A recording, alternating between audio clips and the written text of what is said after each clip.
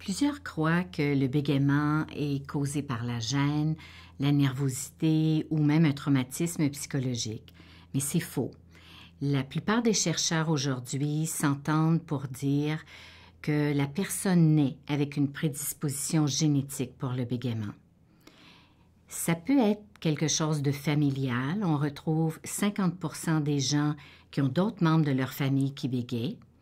Mais on n'hérite pas du bégaiement comme on hérite de la couleur de nos cheveux ou de nos yeux. C'est quelque chose de beaucoup plus complexe, comme pour la majorité des caractéristiques humaines.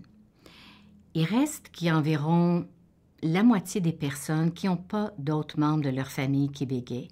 Donc, on peut quand même avoir une prédisposition génétique pour le bégaiement sans que ce soit nécessairement quelque chose de familial. Pour mieux comprendre les aspects génétiques du bégaiement, les chercheurs ont étudié des familles où il y a beaucoup de personnes qui bégayent. Ils ont étudié des familles dans divers pays à travers le monde et ils ont pu identifier des gènes sur des chromosomes qui étaient potentiellement associés au bégaiement. Par contre, ils n'ont pas réussi à isoler les mêmes gènes pour toutes les personnes. Le défi reste à mieux comprendre quel est le lien entre ces gènes-là et le bégaiement et quelle est leur fonction. Par contre, on a des pistes aujourd'hui qui nous disent qu'il semblerait que ces gènes-là soient associés à la coordination et au contrôle des muscles de la parole.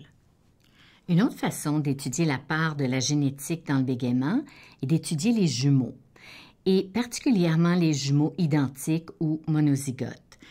Parce que comme ils partagent le même code génétique, si un jumeau bégaye, l'autre devrait bégayer également.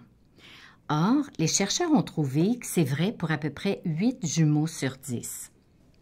Les chercheurs concluent que la génétique peut expliquer à peu près 80% du bégaiement.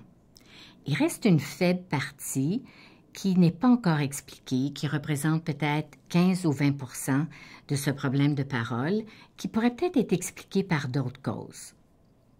D'autres facteurs, comme des traumatismes à la naissance, des différences dans le développement de l'embryon, ou même l'environnement pourrait peut-être jouer un rôle dans le développement du bégaiement. Il faut dire que c'est très facile de croire que l'environnement dans lequel la personne vit pourrait causer le bégaiement, mais c'est beaucoup plus difficile à prouver. On sait que les parents se sentent souvent très coupables parce que leur enfant bégaye, mais il n'y a aucune recherche jusqu'à maintenant qui a démontré qu'il y a soit une attitude ou un comportement parental qui aurait pu causer le bégaiement. Donc, il faut conclure que le bégaiement n'est pas associé à la nervosité, n'est pas non plus associé à la gêne, et c'est pas quelque chose que les parents ont pu faire, mais c'est vraiment quelque chose qui découle d'une prédisposition d'ordre génétique.